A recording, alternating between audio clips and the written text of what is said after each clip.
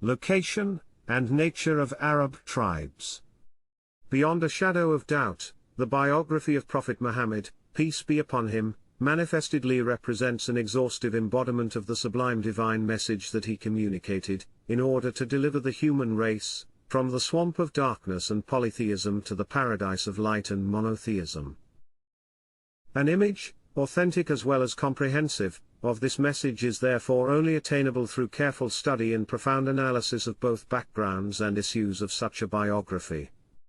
In view of this, a whole chapter is here introduced about the nature and development of Arab tribes prior to Islam as well as the circumstantial environment that enwrapped the Prophet's mission. Location of the Arabs. Linguistically, the word Arab means deserts and waste barren land well-nigh waterless and treeless. Ever since the dawn of history, the Arabian Peninsula, its people have been called as such. The Arabian Peninsula is enclosed in the west by the Red Sea and Sinai, in the east by the Arabian Gulf, in the south by the Arabian Sea, which is an extension of the Indian Ocean, and in the north by Old Syria and part of Iraq. Thanks to its geographical position, the peninsula has always maintained great importance. Considering its internal setting, it is mostly deserts and sandy places, which has rendered it inaccessible to foreigners and invaders, and allowed its people complete liberty and independence through the ages, despite the presence of two neighboring great empires.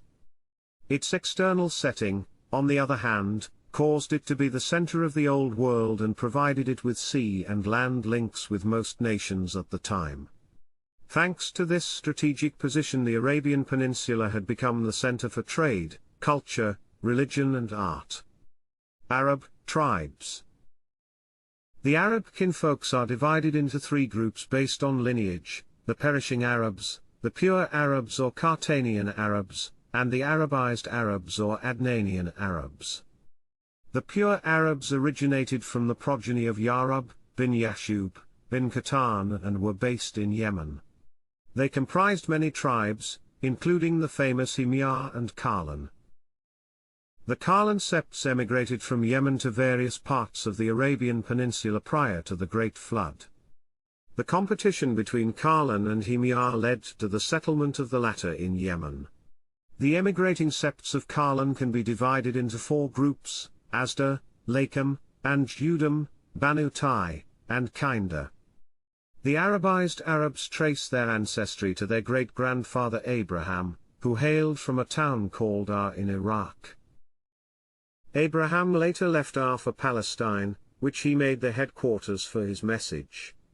During his travels, he went to Egypt, where the pharaoh tried to do evil to his wife Sarah. In acknowledgement of her grace, the pharaoh rendered his daughter Hagar at Sarah's service. Sarah gave Hagar to Abraham as a wife, and she bore him Ismail. Sarah became jealous of Hagar, so she forced Abraham to send Hagar and her baby away to a plantless valley in Hijaz, by the sacred house. Abraham chose for them a place above Zamzam near the upper side of the mosque in Mecca, where neither people nor water were available. Another Yemeni tribe, Joram II, came to live in Mecca with Hagar's permission. Abraham used to go to Mecca frequently to visit his family, and on one of his visits, he was commanded by Allah to build the Kaaba.